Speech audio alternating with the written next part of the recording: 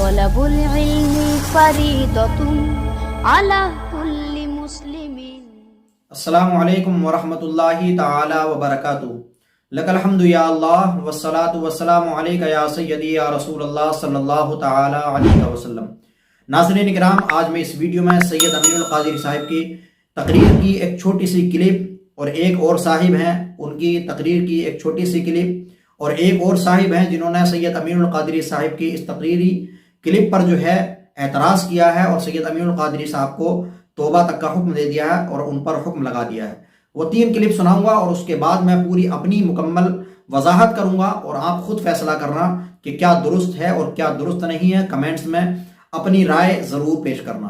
دوستو، میں آپ کے سامنے سب سے پہلے بغیر ٹائم خراب کیے آپ کے سامنے سید امین القادری صاحب کی وہ کلپ جو کہ سید امین القادری صاحب نے ایک تقریر کے دوران یہ کہا ہے، وہ ویڈیو کلپ میں آپ کے سامنے رکھتا ہوں. پہلے اس ویڈیو کلپ کو دیکھیے، اس کے بعد میں آپ سے گفتگو کرتا ہوں. اگر میں پڑھنے لگوں ان کا چہرہ کیا ہے، ان کا چہرہ کیا ہے. ایک مرتبہ کسی نے کہا یا رسول اللہ، اللہ کو دیکھیں تو کیسے دیکھیں؟ تو بتایا اللہ کو دنیا میں نہیں دیکھ سکتے، توجہ نہیں دیکھ سکتے، نہیں دیکھ سکتے. کہا حضور کرے کیا؟ فرمایا من رانی فقط رأى الحق، جس نے مجھے دیکھا اس نے. واہ بھائی واہ، نعرہ تکبیر. پھر تجھے مانے کیسے؟ حضور بتا رہے ہیں من رانی فقط رأى الحق، جس نے مجھے دیکھا گویا اس نے خدا کو دیکھا. مطلب کیا؟ تو یہ تھی سید امین القادری صاحب قبلہ کی وہ ویڈیو کلپ جس کے متعلق میں آج اس ویڈیو میں مکمل طریقے سے وضاحت کرنے والا ہوں. یہ جو ایک حدیث پاک سنا رہے ہیں سید امین القادری صاحب قبلہ.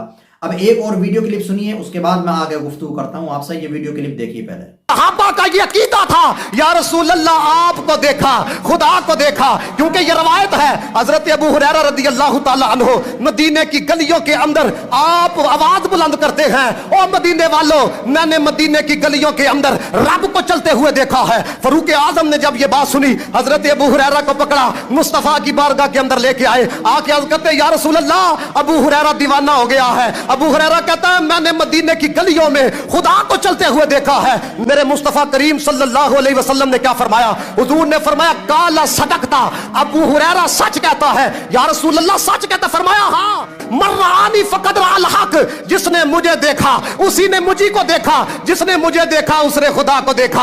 تو یہ ویڈیو کلپ آپ نے دیکھی. اب ان دونوں ویڈیو کلپ کو دیکھنے کے بعد میں آپ سمجھ ہی گئے ہوں گے کہ ایک حدیث پاک ہے جو کہ فقد من رآنی فقد رأى الحق فإن الشیطان لا یتکبرنی. یہ حدیث پاک ہے. اسی کے متعلق سید امین القادری صاحب قبلہ اور جو دوسرے صاحب ہیں انہوں نے بتایا کہ اللہ رب العزت کے حبیب صلی اللہ تعالی علیہ وسلم کو جس نے دیکھا تو گویا اس نے اللہ رب العزت کو دیکھا. تو اس طرح سے یہ حدیث کی شرح بیان کر رہے ہیں، حدیث کی توضیح کر رہے ہیں. اسی پر اعتراض کرتے ہوئے ایک صاحب ہیں، انہوں نے یوٹیوب پر سید امین القادری صاحب پر جو ہے حکم لگا دیا اور فوراً بغیر کچھ سوچے سمجھے فوراً حکم لگا دیا کہ وہ توبہ کریں، وہ بالکل غلط بیان کر رہے ہیں. یہ حدیث جو ہے جو بیان کر رہے ہیں جس طرح اس حدیث کی شرح جس طرح سے یہ کہیں کسی کتاب کے اندر بالکل بھی کہیں ذرہ برابر بھی ذکر نہیں ہے، اس طرح سے وہ بیان کر رہے ہیں. پہلے ان کی یہ گفتگو سنیے، میں اس کے بعد آپ سے گفتگو کرتا ہوں. پہلے ان کی یہ گفتگو سنیے آپ. تو فرمایا من رآنی فقد رأى الحق، جس نے مجھے دیکھا اس نے اللہ کو دیکھا. ٹھیک ہے. اب یہ جو انہوں نے واقعہ بیان کیا یہ واقعہ کسی بھی کتاب میں موجود نہیں ہے. یہ گارنٹی ہے میری آپ سے، کسی کتاب میں نہیں موجود ہے. سب کے سامنے آئیں اور سب کے سامنے توبہ کریں، رجوع کریں اور بتائیں کہ یہ واقعہ ہم نے بیان کر دی تھی غلطی سے، یہ واقعہ درست نہیں ہے، اس سے میں توبہ کرتا ہوں، رجوع کرتا ہوں. جن لوگوں نے یہ سنا وہ اس سے توبہ کریں اور جنہوں نے کہیں بیان کیا مجھ سے سن کر وہ بھی ان سے توبہ کریں. تو ناظرین کرام، آپ نے اب تینوں لوگوں کی مجھے امید ہے ویڈیو کلپس دیکھی ہوں گی اور دیکھنے کے بعد میں آپ اندازہ لگا چکے ہوں گے کہ کون کیا کہہ رہا ہے اور کس کا مقصد کیا ہے. اب میں آپ کو حدیث کی روشنی میں اور اس حدیث کی شرح ہے کئی ساری کتابوں کی روشنی میں، کئی ساری کتابوں کے حوالے سے میں آپ کے سامنے سب کچھ رکھنے والا ہوں اور فیصلہ آپ پر چھوڑتا ہوں. آپ کو کرنا ہے کہ کون درست ہے اور کون درست نہیں ہے، کیا وہ دونوں لوگ صحیح کہہ رہے ہیں یا کوئی ایک صحیح ہے یا دونوں غلط ہیں، وہ فیصلہ آپ کو کرنا ہے، وہ آپ کے اوپر میں چھوڑتا ہوں. سب سے پہلے میں اس حدیث کو جو کہ حدیث سید امین القادری صاحب نے پڑھی ہے کہ من رآنی فقد رأى الحق فإن الشیطان لا یتکوننی. یہ حدیث پاک ہے. میں آپ کو بتا دوں بخاری شریف کی جو حدیث نمبر ہے یہ 6996 بخاری شریف کے اندر، اور مسلم شریف کے اندر اسی حدیث کا جو نمبر ہے 5921 نمبر ہے اس کا. یہ کہ حدیث کتب حدیث کی دوسری کتابوں میں بھی، کتب حدیث میں ہے موجود، دوسری کتابوں کے اندر بھی آپ اس حدیث کو دیکھ سکتے ہیں اور یہ وہاں پر مل جائے گی. اب میں اس حدیث کی شرح کس نے کیا لکھی ہے، کس نے کیا بیان کیا ہے، وہ میں آپ کے سامنے رکھتا ہوں، جس سے آپ اچھے سے سمجھ سکتے ہیں کہ اس حدیث کا جو معنی ہے وہ کیا صحیح ہے اور درست کیا ہے. کیا جو اس میں حدیث میں ہے من رآنی فقد رأى الحق، اس حق سے مراد اللہ رب العزت کی ذات ہے، یا پھر اللہ رب العزت کی ذات نہیں بلکہ حق سے مراد جو ہے صحیح اور درست کے معنی میں ہے، وہ یعنی ہو بہو اللہ کے نبی صلی اللہ تعالیٰ علیہ وسلم کو ہی دیکھنا مراد ہے اس سے. وہ آپ سمجھ سکتے ہیں. پورے حدیث کے میں آپ کو حوالہ رکھتا ہوں اور شرح جو ہے اس حدیث کی وہ آپ کے سامنے. سب سے پہلے میں آپ کے سامنے رکھتا ہوں نزہۃ القاری، جو کہ فقیہ اعظم حضرت علامہ مولانا مفتی شریف الحق امجدی علیہ رحمت و رضوان کی لکھی ہوئی کتاب ہے نزہۃ القاری، بخاری شریف کی شرح ہے. اسی کی جلد نمبر 5 صفحہ نمبر 847 پر یہ حدیث پاک ہے، اور اس کا ترجمہ کچھ اس طرح سے ہے، آپ اسکرین پر بھی دیکھ سکتے ہیں. حضرت ابو سعید خدری رضی اللہ تعالی عنہ سے روایت ہے کہ انہوں نے نبی کریم صلی اللہ تعالی علیہ وسلم کو یہ فرماتے ہوئے سنا کہ جس نے مجھے بلیکٹ میں خواب میں لکھا ہے، جس نے مجھے خواب میں دیکھا اس نے حقیقت میں مجھے دیکھا، اس لیے کہ شیطان مجھ جیسا بن نہیں سکتا. سمجھے؟ مجھ جیسا نہیں بن سکتا. یہ تو نزہۃ القاری جو صحیح بخاری کی شرح ہے نزہۃ القاری، اس کا حوالہ میں نے آپ کے سامنے رکھا ہے. اب دوسرا حوالہ جو کہ حضرت علامہ غلام رسول سعیدی صاحب کی بلا کی اسی بخاری شریف کی شرح ہے نعمت الباری کے نام سے. حضرت علامہ غلام رسول سعیدی یہ وہ ہیں کہ جنہوں نے کلام مقدس کی تفسیر بھی لکھی ہے، جو کہ طبیان القرآن کے نام سے ہے. مسلم شریف کی شرح بھی لکھی ہے شرح مسلم شریف کے نام سے، اور نعمت الباری یہ بخاری شریف کی شرح ہے. اسی کی جلد نمبر 15 اور صفحہ نمبر 805 پر اس حدیث کے متعلق لکھتے ہیں کہ اس حدیث میں مذکور ہے فقد رأى الحق، یعنی اس کا خواب صحیح ہے، پریشان خواب نہیں اور نہ خیالات باطلہ ہیں. علامہ الطیبی نے کہا ہے کہ حق یہاں پر مصدر مؤکد ہے، یعنی اس نے جو کچھ دیکھا وہ برحق ہے. اور یہ جو ہے عمدۃ القاری کے حوالے سے یہ علامہ غلام رسول سعیدی صاحب قبلہ نے یہ شرح کی ہے، یہ تشریح لکھی ہے اس حدیث پاک کی. اب میں آگے بڑھتا ہوں اور آگے جو ہے عمدۃ القاری، جس میں جو کہ علامہ غلام رسول سعیدی صاحب قبلہ نے ہی جس کے حوالے سے لکھا، میں آپ کے سامنے عمدۃ القاری کا بھی اسکرین شاٹ آپ کے سامنے اسکرین پر لگا دیتا ہوں، آپ دیکھ سکتے ہیں، اس کا مطالعہ کر سکتے ہیں. یہ عمدۃ القاری جلد نمبر 24 ہے اور صفحہ نمبر 212 آپ دیکھ سکتے ہیں. جلد نمبر 24 صفحہ نمبر 112 عمدۃ القاری پر بھی اس حدیث کی تقریباً اسی معنی کے اعتبار سے شرح کی گئی ہے. اب میں آگے بڑھتا ہوں. اس حدیث کی جو شرح سید امین القادری صاحب قبلہ نے کی ہے کہ جس نے مجھے دیکھا اس نے اللہ رب العزت کو دیکھا. اور ایک دوسرے مولانا صاحب قبلہ نے جو لکھی ہے بولا ہے کہ اللہ رب العزت کے حبیب صلی اللہ تعالیٰ علیہ وسلم کو جس نے دیکھا، وہ پورا واقعہ مدینہ شریف کا بیان کیا کہ جس نے نبی کو دیکھا اس نے خدا ہی کو دیکھا. تو یہ دونوں جو بیان کر رہے ہیں، میں اس کا جو رد کیا ہے انہوں نے، ان مولانا صاحب نے، کہ کہیں بھی کسی بھی کتاب کے اندر نہیں ہے. میں وہ واقعہ ذکر کرتا ہوں اور حضرت علامہ مولانا احمد یار خان نعیمی کے حوالے سے، جو کہ ان کی شرح ہے مشکات شریف کی شرح مرات المناجیح کے نام سے، اسی کے حوالے سے آپ کے سامنے اسکرین شاٹ رکھتا ہوں اس کا. اور انہوں نے اس واقعے کی طرف اشارہ کیا ہے. میں پوری اس حدیث کی شرح، اس حدیث کی تشریح آپ کے سامنے اسکرین شاٹ رکھتا ہوں اسکرین پر، اور میں پورا حوالہ آپ کے سامنے رکھتا ہوں. میں پڑھ کر کے سناتا ہوں. کیا ہے؟ روایت ہے کہ ابو قتادہ سے فرماتے ہیں کہ فرمایا رسول اللہ صلی اللہ تعالیٰ علیہ وسلم نے کہ جس نے مجھے دیکھا اس نے حق دیکھا. مسلم و بخاری کے حوالے سے یہ حدیث ہے.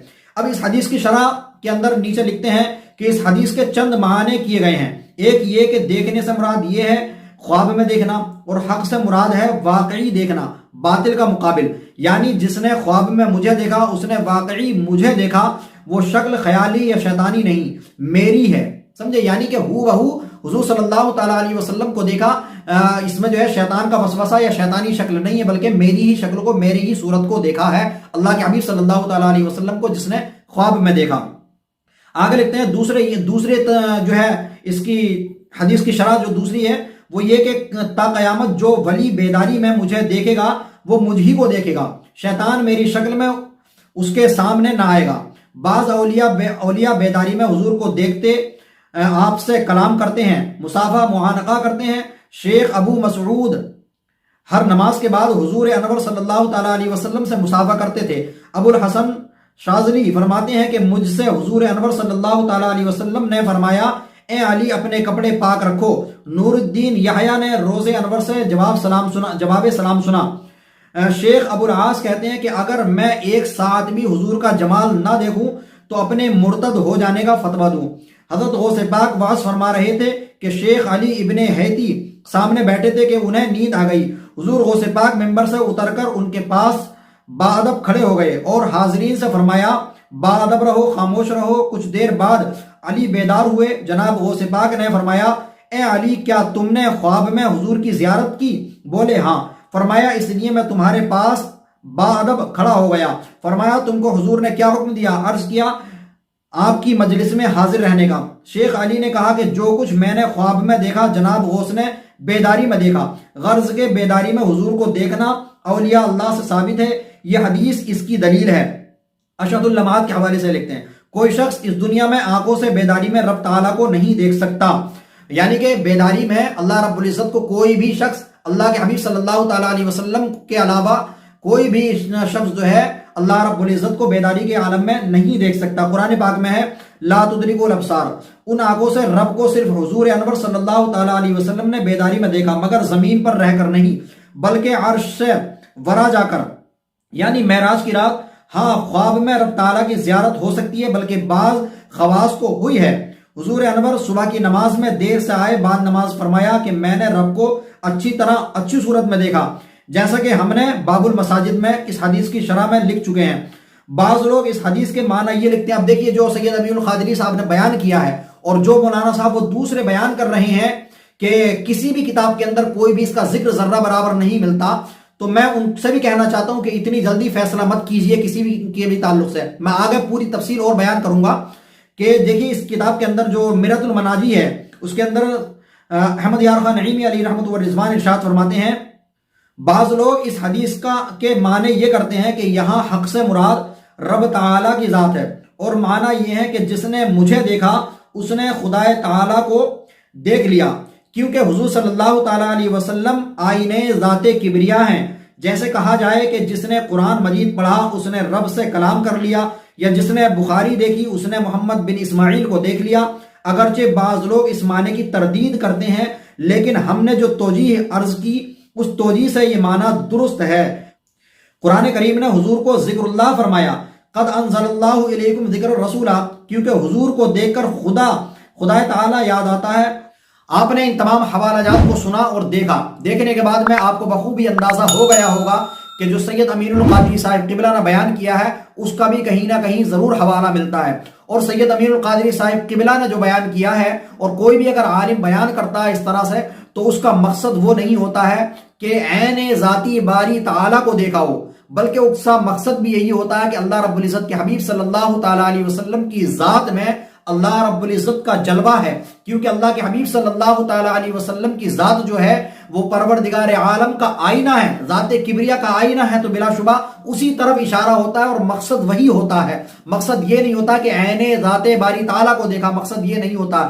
اگر یہ مان لیا جائے کہ اللہ رب العزت جو ہے وہ زمین پر آ کر کے مدینے کی گلیوں میں ٹہل رہا تھا اور وہاں پر جو دیکھا ہے، تو پھر اس سے زمان و مکان کا ثابت کرنا اللہ رب العزت کے لیے لازم آ جائے گا، اور یہ ثابت کرنا اللہ رب العزت کے لیے زمان و مکان ماننا یہ کفر ہے۔ وہ شخص جو زمان و مکان مانے اللہ رب العزت کے لیے وہ مومن نہیں ہے۔ تو یہ کوئی بھی عالم، مجھے امید ہے کسی بھی سنی عالم سے یہ گمان نہیں کیا جا سکتا کہ کوئی بھی سنی صحیح العقیدہ عالم، اور بالخصوص سید امین القادری صاحب قبلہ سے تو یہ بالکل بھی گمان نہیں کیا جا سکتا کہ سید امین القادری صاحب قبلہ ایسا بولیں گے کہ اللہ رب العزت زمان و مکان اللہ رب العزت کے لیے ثابت کریں گے۔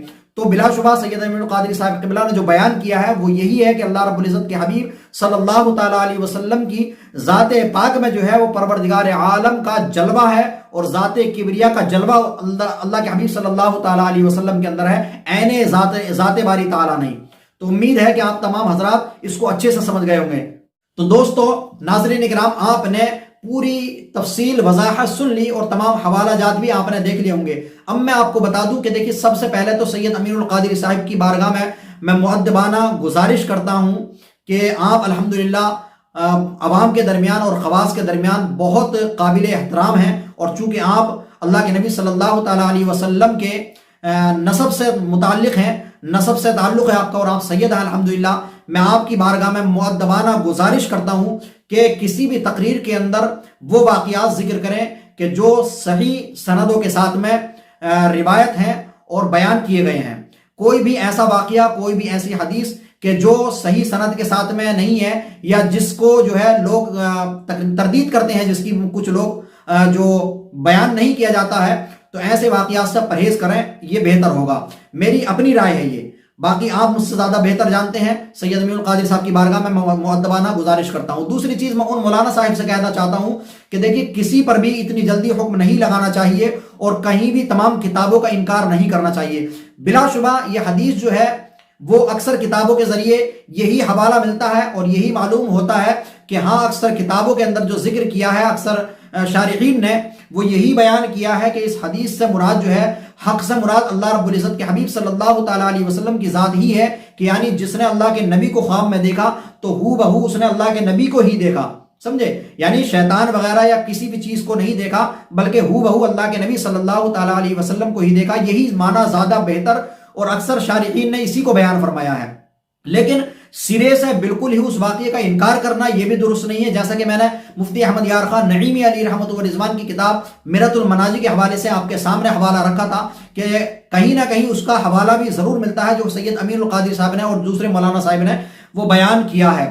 تو اس لیے بالکل سرے سے انکار بھی نہیں کرنا چاہیے، پہلے تصدیق کر لیں اور اس کو جو ہے اچھی طرح سے تلاش کر لیں، اگر کہیں نہیں ملتا ہے تب پھر کچھ بولیں۔ اور یہ جیسا کہ میں نے آپ کے سامنے واقعہ جو مرۃ المناجی کے اندر ہے یہ رقم بیان کیا آپ کے سامنے، تو کسی پر بھی اس طرح سے حکم نہ لگائیں۔ اور پھر وہ تو الحمدللہ آل رسول ہیں، سید ہیں، تو کہیں نہ کہیں انہوں نے پڑھا ہوگا یا سنا ہوگا، اس کے بعد ہی انہوں نے بیان کیا ہے اس واقعے کو، تو اس لیے بالکل سرے سے ہی انکار نہیں کرنا چاہیے۔ اور سید امین القادری صاحب کی بارگاہ میں بھی میں مؤدبانہ گزارش کرتا ہوں کہ اگر میرے اس غلام کی جو ہے مجھ غلام کی اگر باتیں اچھی لگیں تو اس پر ضرور توجہ دیں کہ کسی بھی تقریر کے اندر وہ واقعات ذکر کرنے سے پرہیز کریں کہ جن کی اصل نہیں ہے۔ بہت سارے ایسے واقعات ہوتے ہیں تقریروں کے اندر مقررین بیان کر دیتے ہیں، جیسا کہ حضرت اویس قرنی کی 32 دانت اکھیڑنے کے واقعہ کہ حضور صلی اللہ تعالیٰ علیہ وسلم کا دندان مبارک شہید ہوا تھا تو اس وقت میں حضرت اویس قرنی نے 32 دانت نکال لیے تھے، اور بھی بہت ساری ایسی حدیثیں، کوڑا دان ڈالنے والی حدیث وغیرہ، اس طرح کی بہت ساری حدیثیں، بہت سارے واقعات مقررین حضرات بیان کرتے ہیں جن کے متعلق جو ہے کوئی اثر نہیں ملتی ہے، اور کہیں اگر کوئی واقعہ ذکر بھی کیا جاتا ہے تو اس کی کوئی صحیح سے مضبوط جو ہے سند نہیں ملتی ہے، تو ایسے واقعوں کو ذکر نہ کریں برائے مہربانی۔ تمام مقررین سے بھی گزارش ہے، اور جو لوگ حکم لگاتے ہیں ایک دم ان سے بھی گزارش ہے کہ اتنی جلدی حکم لگانے میں جلدی نہ کیا کریں، بلکہ کچھ سوچ سمجھ کر کے اور اپنے اکابرین کی طرف رجوع کریں، اور ان کی طرف رجوع کرنے کے بعد میں یہ حکم لگانا ان پر چھوڑیں کہ وہ حکم لگائیں گے کہ کوئی عالم جو ہے غلط بول رہا ہے یا صحیح، کیونکہ یہ بڑے علماء اکرام کا کام ہے، یہ ہمارا کام نہیں ہے کہ ہم یوٹیوب پر بیٹھ کر کے کسی پر بھی فتویٰ لگا دیں کہ کون صحیح اور کون غلط ہے۔ تو اس لیے میرے پیارے اس طرح کی حرکتوں سے باز آنا چاہیے، اور یوٹیوب پر اپنے ویوز بڑھانے کے لیے صرف اس طرح کے کام نہیں کرنے چاہیے، کسی پر بھی ایک دم سے فتویٰ لگا دیا جائے۔ امید ہے کہ آپ کو یہ بہت اچھے سے سمجھ میں آئی ہوگی ویڈیو، اور کمنٹس میں اپنی رائے کا ضرور اظہار کریں اور اس ویڈیو کو زیادہ سے زیادہ شیئر کریں۔ ملتے ہیں اگلی ویڈیو میں، خدا حافظ، السلام علیکم ورحمۃ اللہ تعالی وبرکاتہ۔ طلب العلم فریضۃ علی